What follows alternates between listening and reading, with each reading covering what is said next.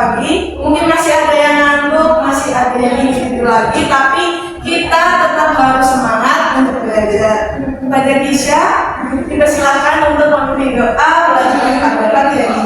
Baik Bu, teman-teman, sebelum pelajaran mari kita berdoa terlebih dahulu. Berdoa mulai. Berdoa selesai. Baik, terima kasih Kisha. Yang selanjutnya Ibu akan absen terlebih dahulu ya.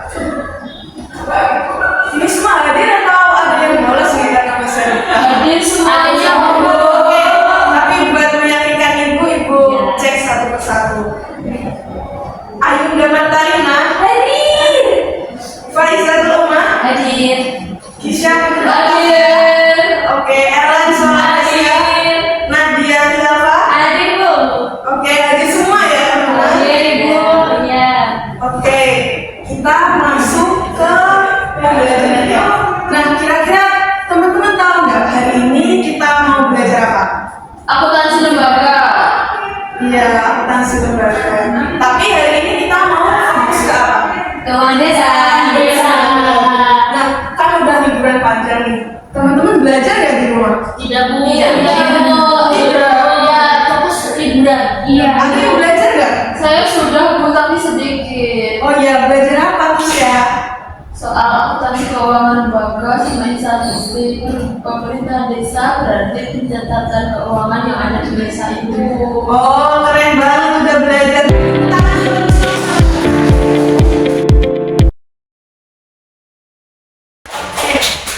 Jadi hari ini kita akan belajar tentang akuntansi keuangan desa. Nah, untuk pertemuan pertama karena kita baru masuk pertama lah, jadi yang enteng-enteng dulu belajarnya. Jadi kita nanti akan membahas tentang pengertian akuntansi keuangan desa, kemudian ada asas-asas akuntansi keuangan desa, kemudian ada jenis dokumen transaksi akuntansi keuangan desa, dan yang terakhir ialah tips untuk bagaimana sih caranya kita bisa penomoran rekening pada akuntansi keuangan desa. Nah, karena tadi ada yang sudah bilang sudah belajar, ada yang bilang belum belajar, teman-teman bisa scan ini terlebih dahulu pakai HP-nya. Oke? Oke Bu, sebentar. Sebentar Bu. Nah, oh ya, Ibu mau menyampaikan untuk tujuan pembelajaran pada hari ini itu kalian nanti bisa memahami terkait pengertian, asas-asas, jenis dokumentasi pada akuntansi keuangan desa. Bentar. Oke. Sebentar Ibu, sebentar. Oke Bu, sudah. Nah, di sini Ibu ingin tahu seberapa jauh pengetahuan awal apa yang kalian ketahui tentang akuntansi keuangan desa. Kalian bisa tahu nih satu kata atau dua kata apa sih yang kalian ketahui tentang akuntansi keuangan desa.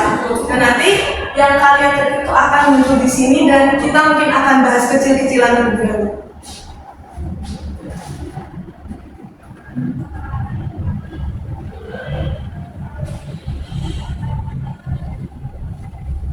Udah scan? Sudah.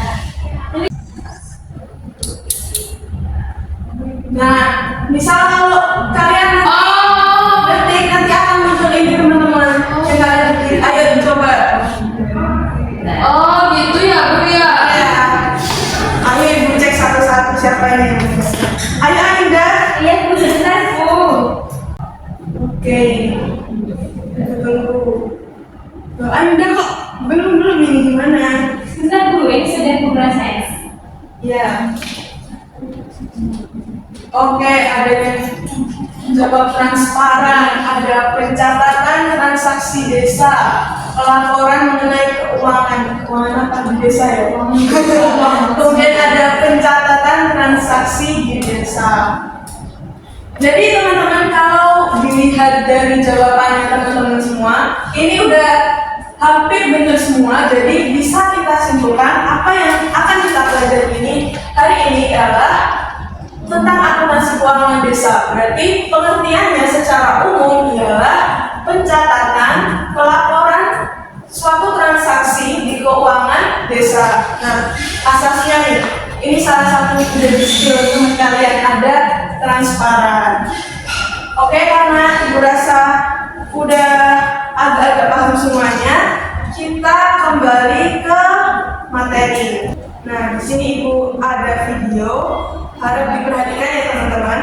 Nanti kalau ada pertanyaan silahkan angkat tangan dan juga kita akan diskusi.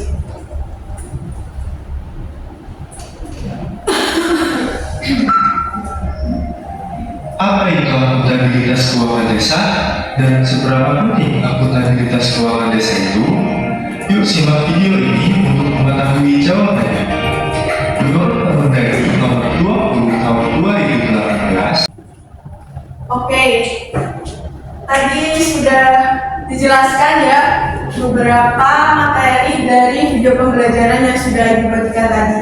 Nah, kira-kira ada pertanyaan nggak dari teman-teman? Enggak bu. Jadi sudah paham semuanya ya? Sudah. Oke, untuk yang selanjutnya Ibu akan menjelaskan sedikit sebelum nanti kita ada kuis dan juga diskusi-diskusi. Jadi apa sih pengertian keuangan desa itu?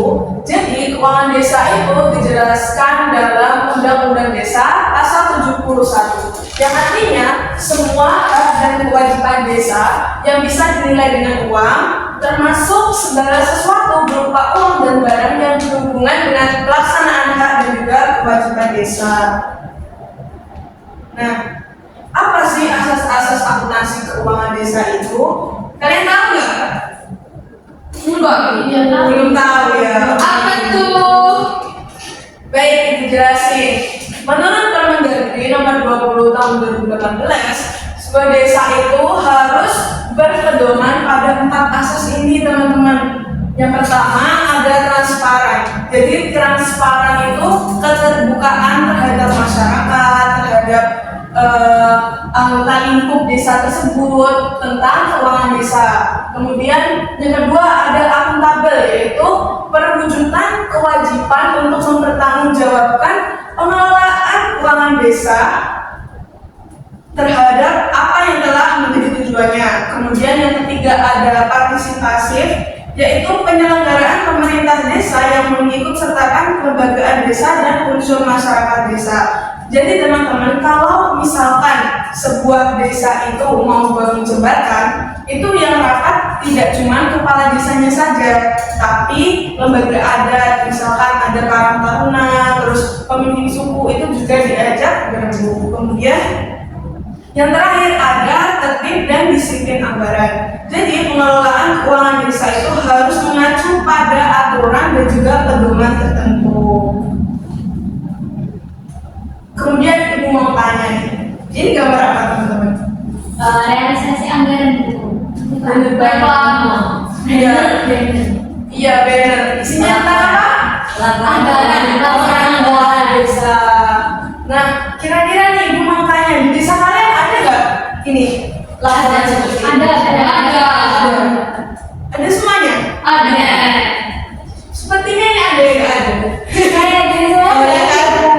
Iya, kok bisa seperti itu ya? Nggak tahu ya Bu, mungkin dari kepala desanya nggak mencetaknya. Oh iya, mungkin ada media cetak lain mungkin di website atau apa gitu. Kalau di tempatnya Kisya bagaimana di desanya Kisya? Kalau di desa saya ada Bu yang kayak kalau gitu.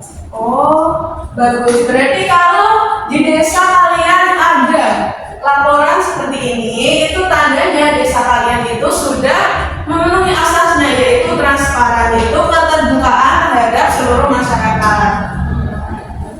Yang selanjutnya ada jenis dokumen transaksi akuntansi keuangan desa, yaitu ada dokumen penarikan, dokumen pembayaran, kemudian ada penerimaan dan juga penyetoran. Nah, ini ada dokumen lain. Mbak Ainda, mohon dibacakan dong. Yang pertama ada faktur, dokumen yang dikeluarkan oleh penjual kepada pembeli sebagai bukti transaksi jual beli. Contohnya faktur pembelian barang, faktur penjualan jasa. Yang kedua ada kwitansi, yaitu bukti pembayaran yang diterima oleh pihak yang menyediakan barang atau jasa. Contohnya kwitansi pembayaran sewa, kwitansi pembayaran listrik, dan lain sebagainya. Ketiga ada nota. Dokumen yang digunakan untuk mencatat transaksi yang belum dibayar, contohnya ada data pembelian, pertanian. Terus yang kelima ada bukti kas masuk atau keluar. Dokumen yang digunakan untuk mencatat penerimaan dan pengeluaran uang kas, contohnya bukti kas masuk untuk menerima sumbangan, bukti kas keluar untuk pembayaran honorarium. Yang keenam ada surat perintah membayar atau SIM. Dokumen yang digunakan untuk memerintahkan pembayaran dari rekening kas desa atau kelurahan, contohnya SIM untuk pembayaran gaji pegawai, SIM untuk belanja barang. Yang terakhir ada berita acara, yaitu dokumen yang mencatat hasil suatu kegiatan atau pertemuan, contohnya berita acara rapat, berita acara serah terima barang. Oke, terima kasih Ayunda. Jadi di dalam akuntansi keuangan desa, dokumennya itu nggak hanya dokumen penarikan, penyetoran ataupun pembayaran, tapi masih ada bentuk-bentuk yang lain kayak faktur, kwitansi, nota, bukti kas masuk atau keluar, surat perintah membayar, dan juga berita acara. Gimana? Paham semua, teman-teman? Oke, yang selanjutnya Ibu akan menjelaskan tentang struktur penomoran kode rekening.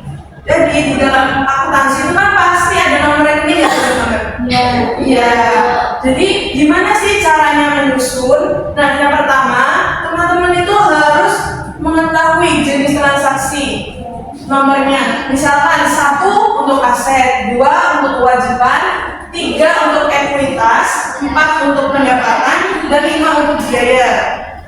Nah, kemudian kalau ditambah 1 digit lagi, jenis akun 1 digit rincian dari kelompok akun. Jadi kalau 1.1 berarti kas dan juga seterusnya. Gimana? Paham? Paham. Oke. Karena penyampaian materi dari Ibu sudah selesai, apakah ada pertanyaan, teman-teman? Saya Ibu. Iya, silakan Nadia. Baik, implementasi dari kalkulasi keuangan desa itu seperti apa, Bu? Nah, pertanyaan yang sangat menarik. Tadi kita sudah membahas terkait asas dari akuntansi keuangan desa. Yang pertama apa tadi, teman-teman? Dasar. Benar, Pak Iza. Jadi asas yang pertama adalah transparan. Nah, contohnya seperti apa sih? Nah, tadi sudah ada gambarnya.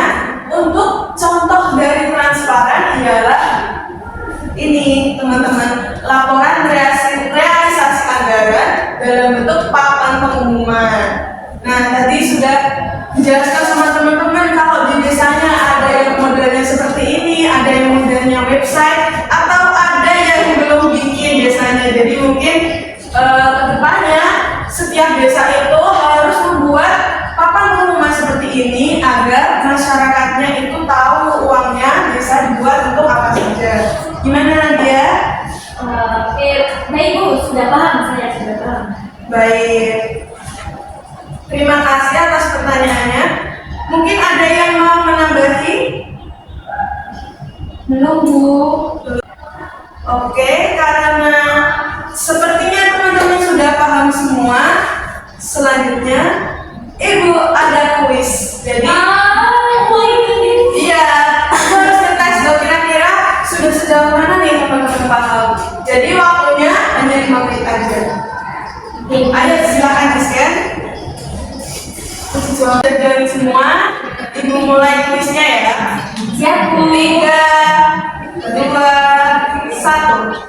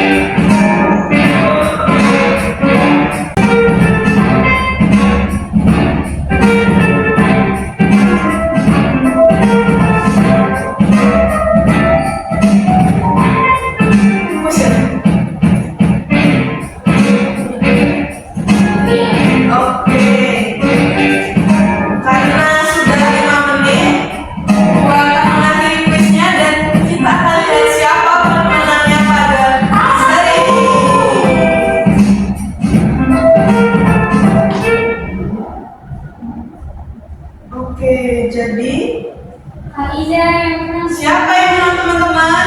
Ya Kak Iza Bu. Oh iya, ayo kita beri tepuk tangan yang meriah.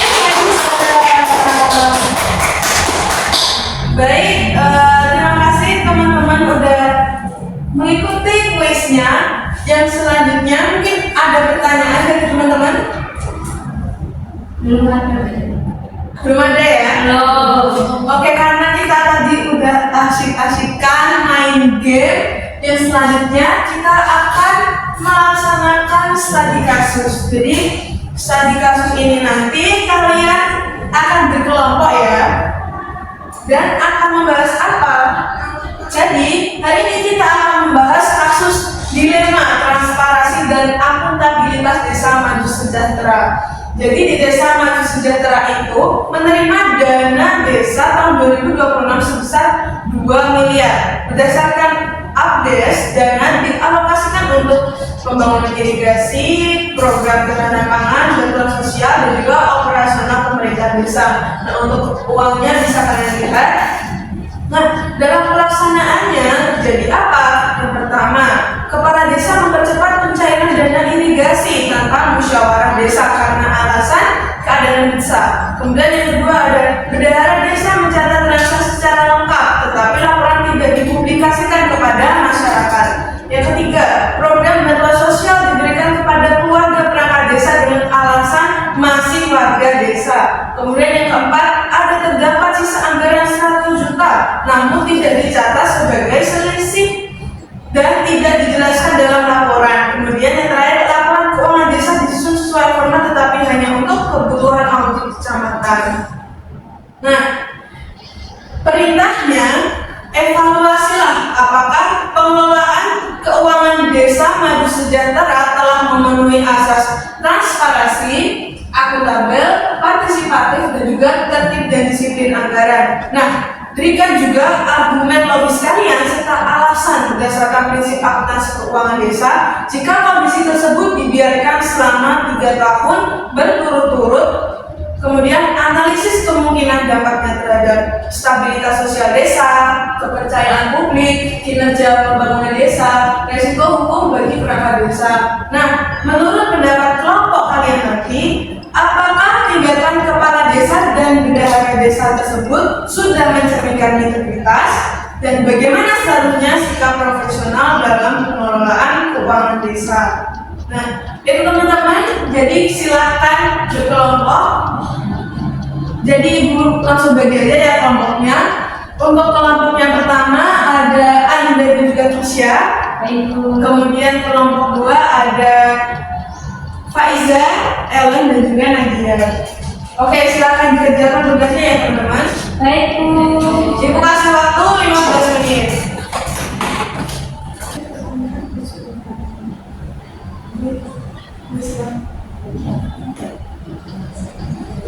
Baik, karena sudah 15 menit ya teman-teman.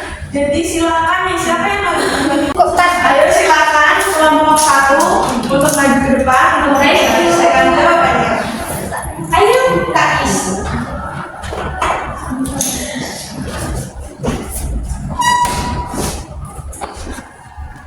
Bu, izinkan mulai ya. Ya, silakan. Oke, kami dari kelompok 1 ingin mempresentasikan mengenai dilema transparansi dan akuntabilitas desa maju sejahtera. Yang pertama ada evaluasi asas pengelolaan keuangan desa. Yang pertama ada transparansi belum terpenuhi karena laporan keuangan tidak dipublikasi kepada masyarakat sehingga masyarakatnya tidak mengetahui penggunaan dana desa. Padahal prinsip transparansi mengharuskan informasi keuangan desa terbuka dan mudah diakses publik. Yang kedua, ada akuntabel belum sepenuhnya terpenuhi karena bendahara mencatat transaksi secara lengkap. Adanya sisa anggaran 100 miliar yang tidak 100 juta yang tidak dicatat sebagai silpa, menunjukkan laporan tidak menggambarkan kondisi keuangan yang sebenarnya. Terus yang ketiga ada partisipatif, tidak terpenuhi juga karena pencairan dana irigasi dilakukan tanpa musyawarah desa dan ini melanggar prinsip partisipatif karena masyarakat tidak dilibatkan dalam pengambilan keputusan. Yang terakhir ada tertib dan disiplin anggaran. Itu juga tidak terpenuhi karena penyaluran bantuan sosial kepada keluarga perangkat desa dan tidak dicatat silpa menunjukkan pelaksanaan anggaran sesuai aturan dan perencanaan APBDes. Selanjutnya akan disampaikan oleh Kisha. Baik, yang selanjutnya mengenai dampak dan sikap profesional. Yang pertama mengenai dampak jika berlangsung selama 3 tahun. Pertama, stabilitas sosial desa berpotensi menimbulkan konflik sosial karena masyarakat merasa tidak adil dalam pembagian bantuan dan pengelolaan dana. Yang kedua ada kepercayaan publik. Kepercayaan masyarakat terhadap pemerintah desa akan menurun karena kurangnya keterbukaan dan dugaan penyalahgunaan dana. Ketiga, kinerja pembangunan desa. Program pembangunan menjadi tidak optimal karena pengelolaan dana tidak transparan dan tidak tepat sasaran.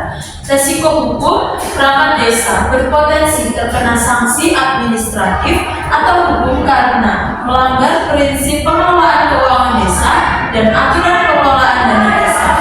Ketiga, yang terakhir adalah tindakan kepala desa dan bendahara belum mencerminkan integritas karena terdapat keputusan tidak transparan, potensi konflik kepentingan dan pelaporan keuangan yang tidak lengkap. Sekian presentasi dari kelompok kami. Wassalamualaikum warahmatullahi wabarakatuh. Baik, terima kasih kepada kelompok 1 atas presentasinya. Kemudian apakah ada pertanyaan dari teman-teman? Saya Ibu. Ya, silakan. Baik, saya ingin bertanya kepada kelompok 1. Menurut kalian, apakah tindakan kepala desa yang mempercepat pencairan dana irigasi tanpa musyawarah desa bisa dibenarkan jika alasannya keadaannya itu Nah, gimana kelompok 1? izin menjawab? Menurut kelompok kami, tindakan tersebut tetap tepat walaupun alasannya bisa. Prinsip partisipatif dalam pengelolaan keuangan desa tetap harus dijalankan melalui musyawarah desa atau minimal koordinasi dengan perangkat dan perwakilan masyarakat agar keputusan tetap transparan dan dapat dipertanggungjawabkan. Begitu, Randy, apakah ada sanggahan lain? Sudah cukup. Baik, terima kasih. Kita sudah melaksanakan diskusi pada hari ini. Gimana rasanya? Senang? Senang banget. Seru. Oke, jadi dengan agenda pembelajaran hari ini adalah tiap di desa masing-masing itu harus memenuhi asas-asas dari akuntansi keuangan desa. Agar apa? Agar desanya tersebut terhindar dari korupsi. Kemudian yang kedua, agar masyarakatnya tahu realisasi anggaran desanya.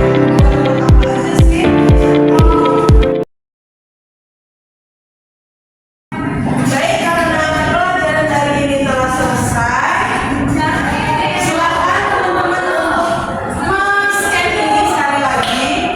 Refleksi, kira-kira apa sih yang telah kalian pelajari dari pelajaran tadi?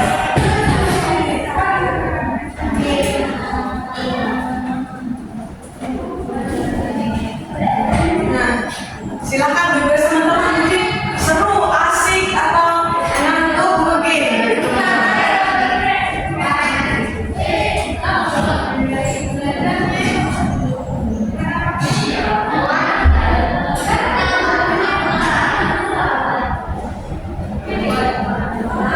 Oke, ada yang bilang seru.